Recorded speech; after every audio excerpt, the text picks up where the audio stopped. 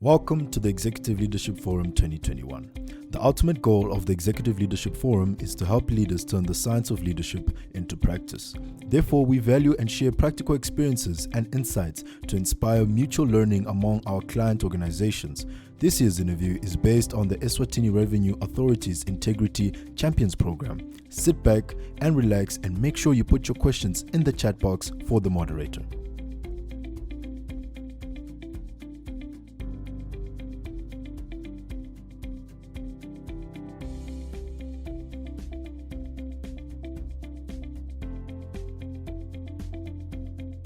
Hi and welcome to the Executive Leadership Forum 2021.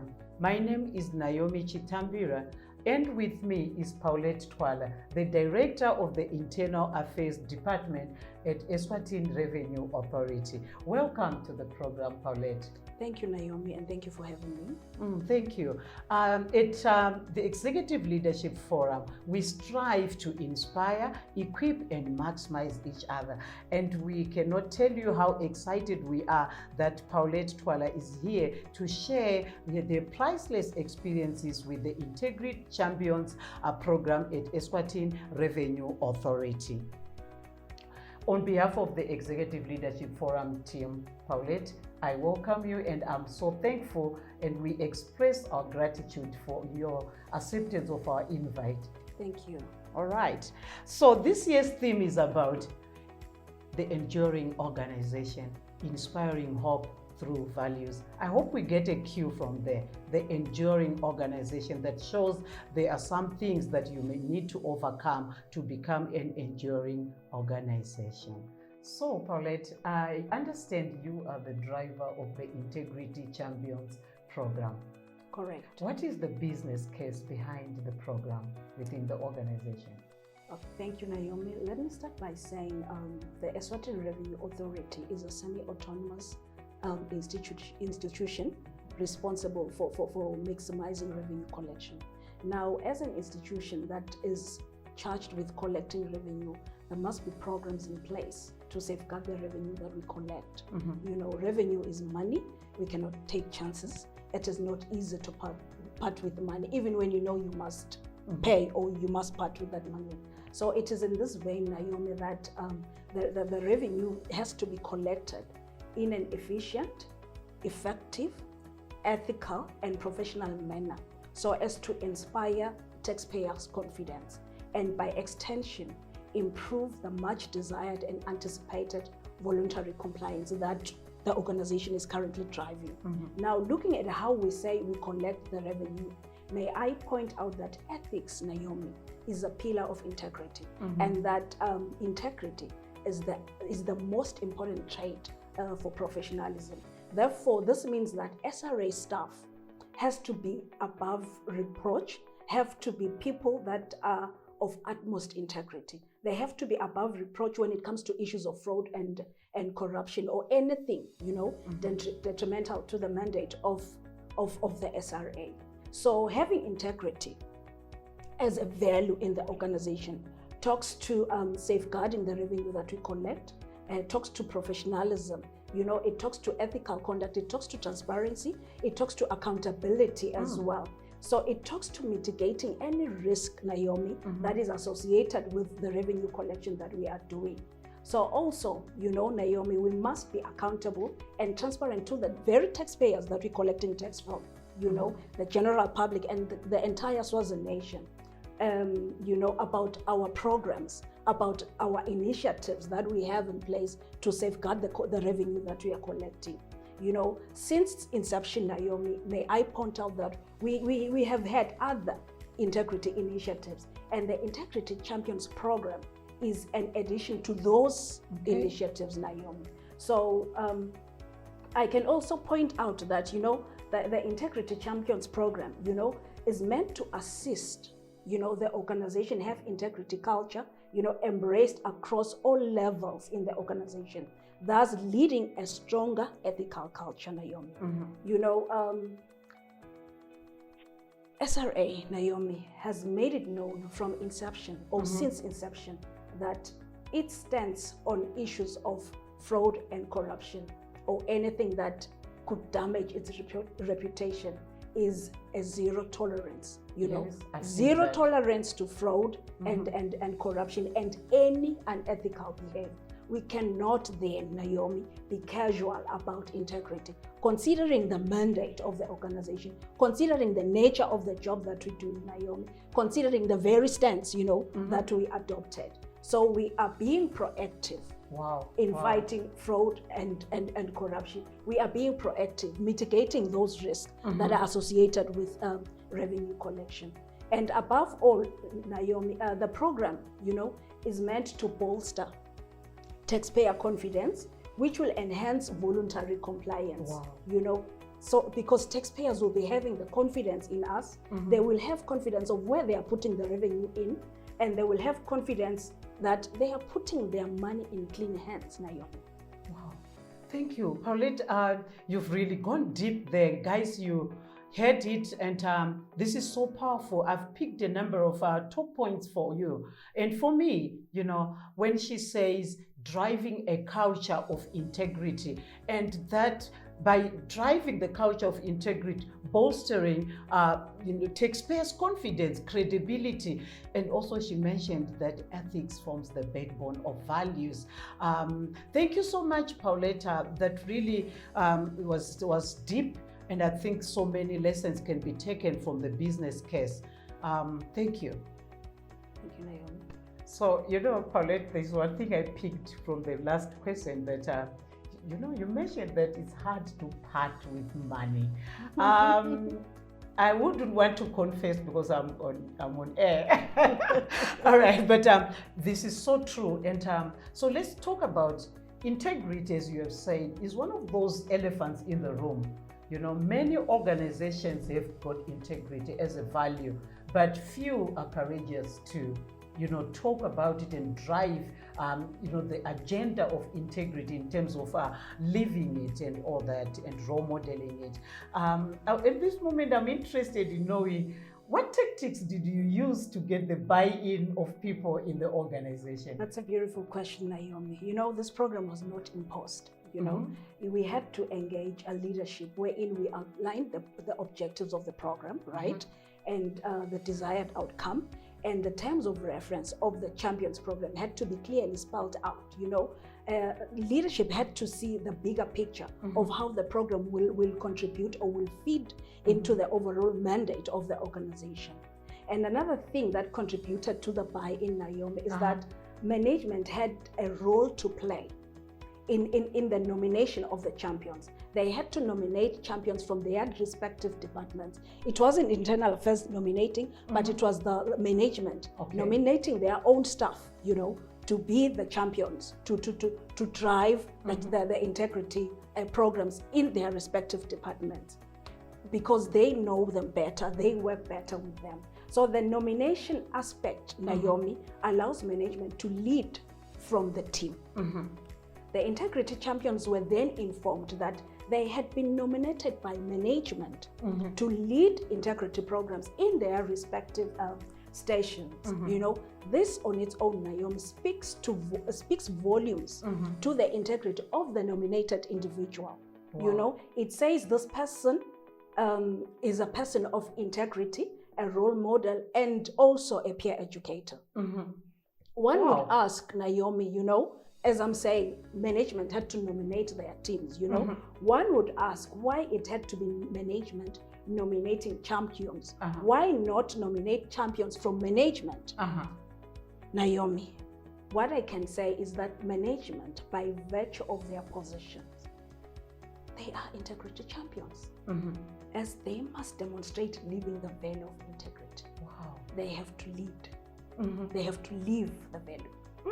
Paulette, you are challenging me. You know, you really pushing the limits here. One thing you have said that caught my attention right now is that management by nature are the ambassadors of our values in organizations. So like she said in this program, if you are a manager, you are a natural ambassador of the values of the organization. For instance, the integrity champions.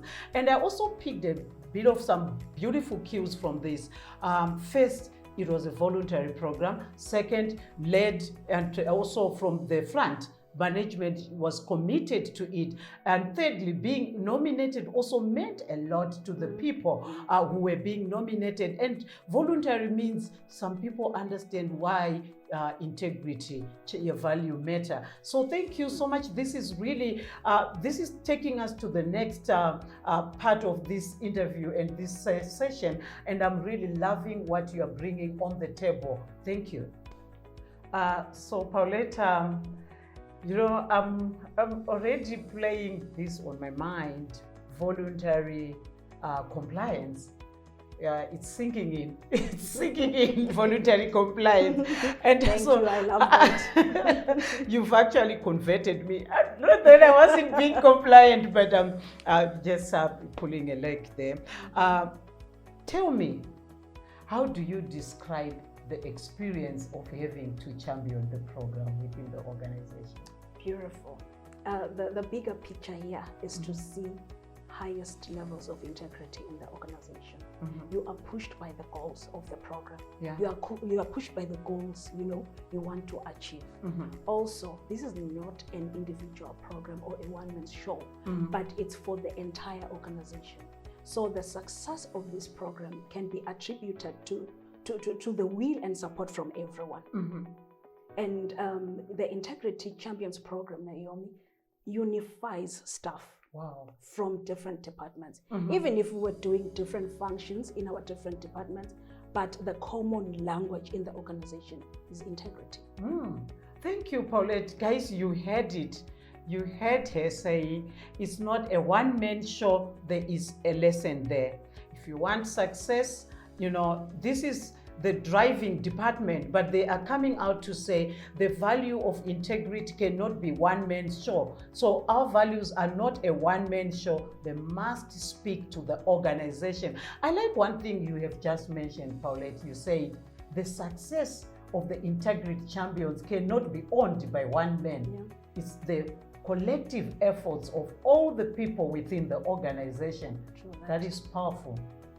Yeah, so Paulette, from what I know, you know, you are putting resources into the Integrity Champions. Resources in terms of time. You know, it can be, resources can be monetary, they can be the time you are using with the champions and the ambassadors to talk about why really we want to drive this, and getting them to understand that this is all for the good of the organization. My question is, why does integrity matter? Beautiful question, Naomi. Let me start by saying SRA is more like an agent of the Eswatini government, you know, or a conduit as we collect the revenue on behalf of the government. Okay. So it is of utmost importance that SRA staff are people of high levels of integrity, and the organization as well be an organization of integrity. Now, in as much as an organization is about the people working in that organization, but now this extends to processes, it extends to policies, it extends to standard operating procedures. It also talks to the IT systems used as well. Now, integrity then leads to trust, you know. Another thing, Naomi, is that integrity as a value, you know, talks to the development and implementation of a strong ethical culture, which is what SRA must be all about, you know. Yeah. Now, if we act with integrity as SRA staff, you know, taxpayers will have confidence and trust in us, and this will bring a stronger, or build a stronger reputation.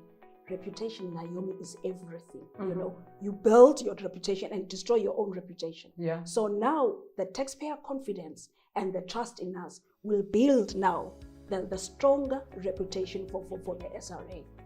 So taxpayers will have confidence, they will have trust that the revenue we collect from them, you know, reach the intended destination. Wow. It is not then diverted. So we must be people of integrity.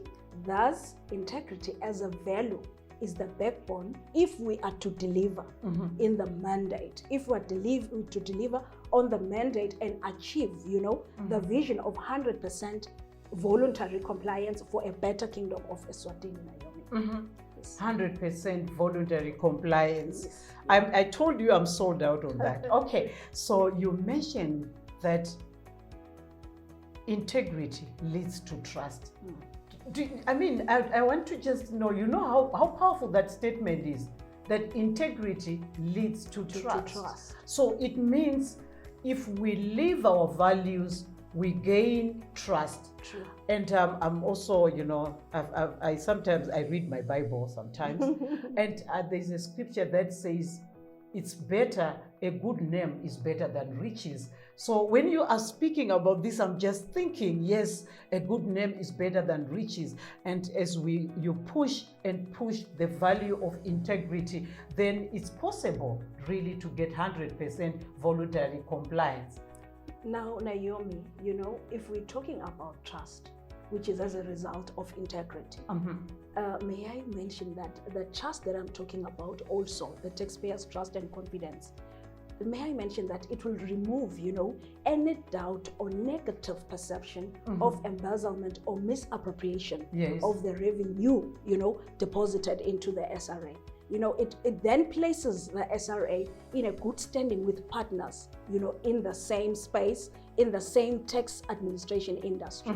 Naomi, we know also that investors, when they are looking for a country to invest in, besides considering the state security politics of that country, they also take into consideration the integrity of the tax administrator, as that is where they will be putting their taxes, Now, if then SRA has integrity as a value, it means, we will also contribute in attracting investors, and in turn, the influx of investors into the country means the tax base will increase. Wow. Yeah. Thank you, Paulette. So guys, you hear what Paulette is saying. It's two different things to have a value, and it's another thing to live the value. I like what she's bringing in, that even investors check out a country's reputation on the revenue administration. And so we're really excited here. I'm learning a lot of stuff. I've been here in the kingdom, and I'm just loving to hear what our revenue authority stands for. And in a different light, it's actually making me, maybe I'm now 200% voluntary compliant. Thank you. That would be great. Paulette, this is a fact, and I'm not going to mince my words.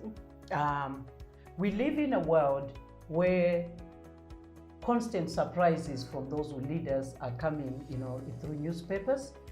Even organizations that are supposed to help us, comply, sometimes you realize accounts, finances have been tweaked or whatever, worked on.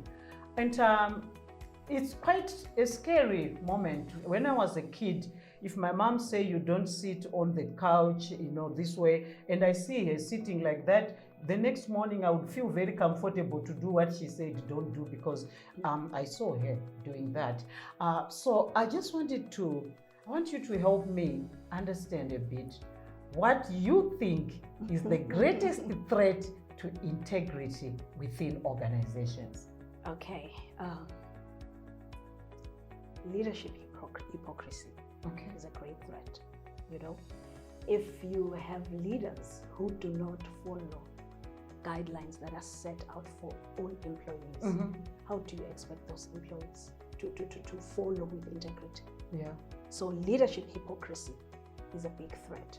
Now, how do you expect the officers or the employees to work well with leaders who do not, whom they do not trust, leaders they do not trust, If leaders act with integrity, Naomi, employees know that the leader will treat them well and do what is best for the business.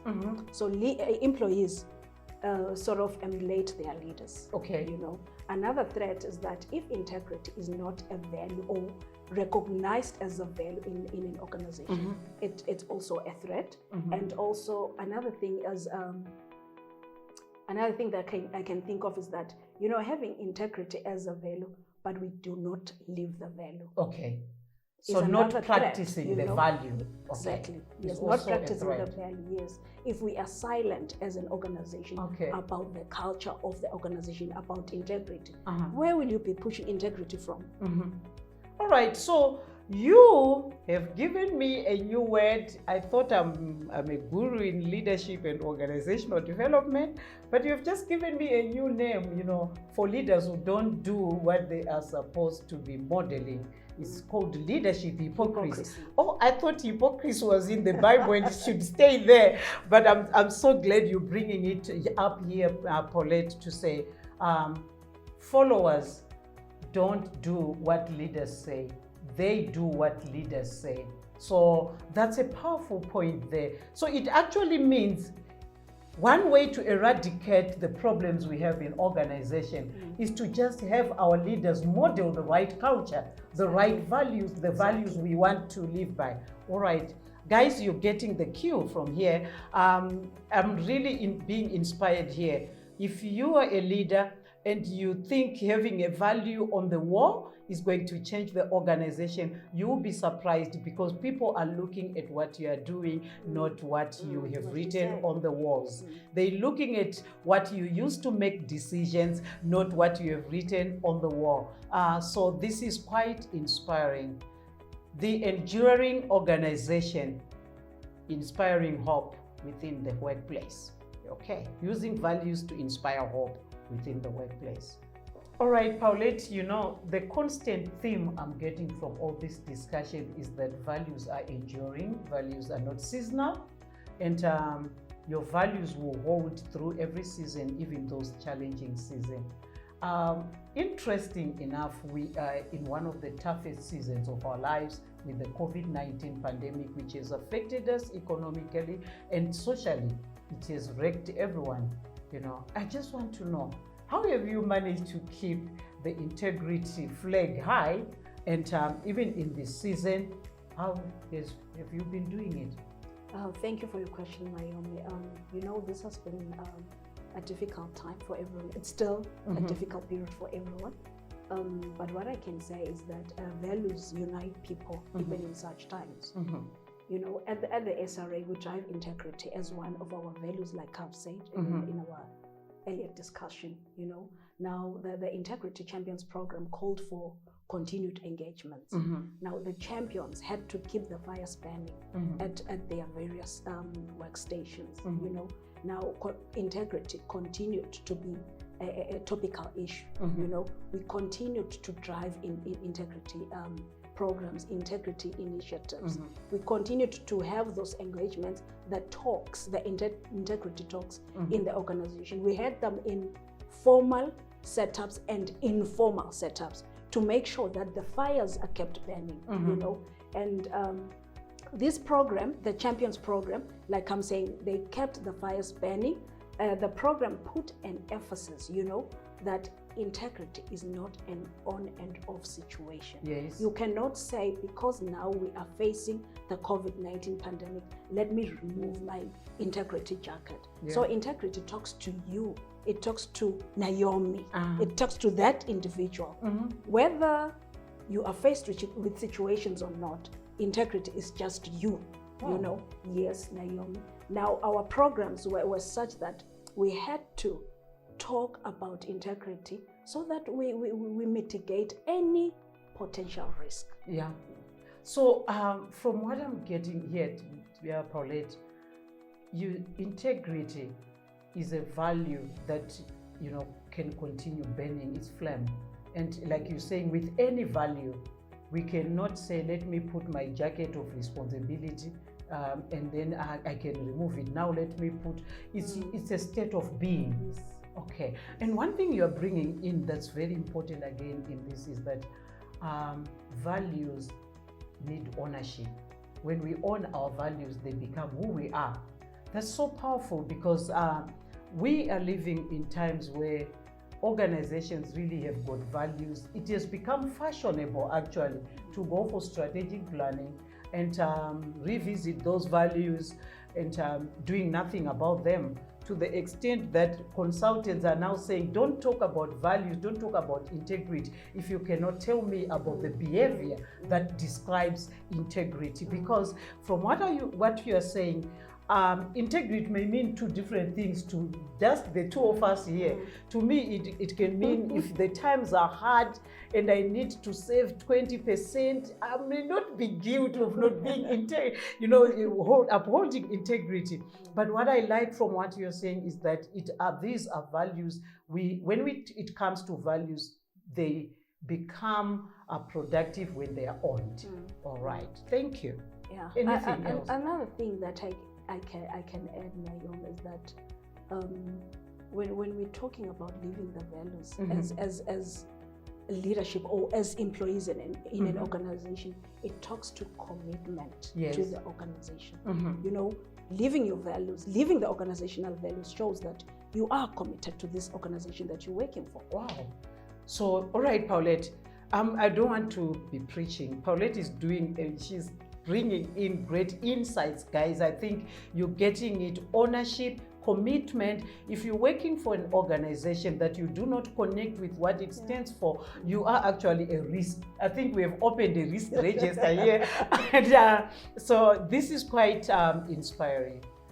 This has been one of the most interesting and insightful sessions. Just sitting here and talking about the value of integrity. Paulette, I would love to know your advice to leaders, because people are sitting right there and they're watching you talking about integrity. And some of us are saying, you know, Paulette, I would love to do so, but the CEO of my company is the first one to come and say, do it this way. Or my manager is the first one to say, do it this way, which is against what could be the standard. So what is your advice regarding role modeling or values to leaders? Thank you for this question. It's a beautiful question, Naomi. You know, people sometimes when we have to give advice to leaders, they sort of freak out, you know. But I'm going to say leaders must play the leading role. Okay. If you are a leader, if you know you are a leader in your organization, play the leading role. Don't wait for anybody to tell you that you've got to play the leading role. Take it upon yourself to play that leading role. Now, leaders must demonstrate living their organization's values, you know. They must walk the talk. Yeah. Now, if as a leader, you role modeling organizational values, it talks to your commitment to the organization that you're working for. All right. That's powerful. Guys, you heard it. It's all about leading by doing, not leading by talking. If you would want your team to follow the organizational values first, Paulette is so consistent on commitment. Again, you know, just check your commitment with the organization you work for. Are you really a committed member of the organization? Because if you are committed, you own the values. And from this talk, Paulette, did you notice a trend coming out? It looks like this. Values are what makes an organization endure, isn't it? True that. The enduring organization means in all times, you know, even if we're expanding into new markets, the values of an organization must endure into that new markets. And leaders are the ambassadors of values in organizations. So if you are sitting right here and you're watching this, you may actually take a self-introspection, a quick one. What am I role modeling? So, Paulette, they always say, you know, everything has got a beginning and an end. But me as a coach, you know, I would not want to end this because I'm really gaining a lot. I want you to give the audience and myself your parting shot regarding values. No matter, you know, the number of integrity initiatives you have, you cannot say you are at your peak or at your highest levels of integrity in your organization, then you relax. You know, driving integrity initiatives is like pushing a rock uphill, Naomi. You know, you cannot say you have pushed it far and then you relax. because it's going to slip off your hands and roll back to the bottom. Same then as integrity initiatives. You cannot say we have enough initiatives, we have enough programs, and now we can relax. You will be hit by one scandal, which is going to push you back to the bottom. And thus driving integrity, Naomi, is as a value. Driving integrity as a value in an organization is continuous. It requires consistency. Now an organization does not have same people throughout. People come and go. So driving integrity initiatives has to be continuous. Because if you don't, if you relax, you'll have that experience, a rude experience that will wake you up from your sleep. Yes. And there's this one writer who says, in big ways and in small ways, in visible and invisible situations, employees have the opportunity to demonstrate their integrity or lack of it every single day. That's good. Let your integrity shine forth. Thank you, Paulette.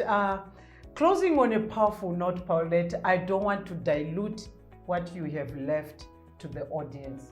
I would love to keep it strong as it is. Guys, at the Executive Leadership Forum, we're not only about inspiring people, we are about equipping and maximizing each other. This is what singles out the Executive Leadership Forum. This is what makes us come together as professionals, sharpen each other, equip each other, and maximize each other. And I believe Paulette Twala, representing our spotlight organization, the Eswatini Revenue Authority, with their Integrity Champions program, has done a great job to inspire you. Now, don't stop at being inspiring. The next day of the summit, remember we always have 2 days. The first day, the speaker is laying out the principles, and the second day, we're going practical. Going practical means we're going to talk about the different challenges we face in organizations that compromises how we live our values, and we can share how we can overcome them. We believe from this year's summit, when you will live with a strategy of how you can make everyone live their values. So don't miss out tomorrow. Paulette Twala will be part of the panel, and she will be able to take some questions you've got about integrity, together with other panelists, myself, and the speaker who is a value-based expert on leadership, value-based expert. She's going also to be part of the panel. So see you there, and please don't miss out the second day, because that's where you become equipped to make the difference in your sphere of influence. Thank you.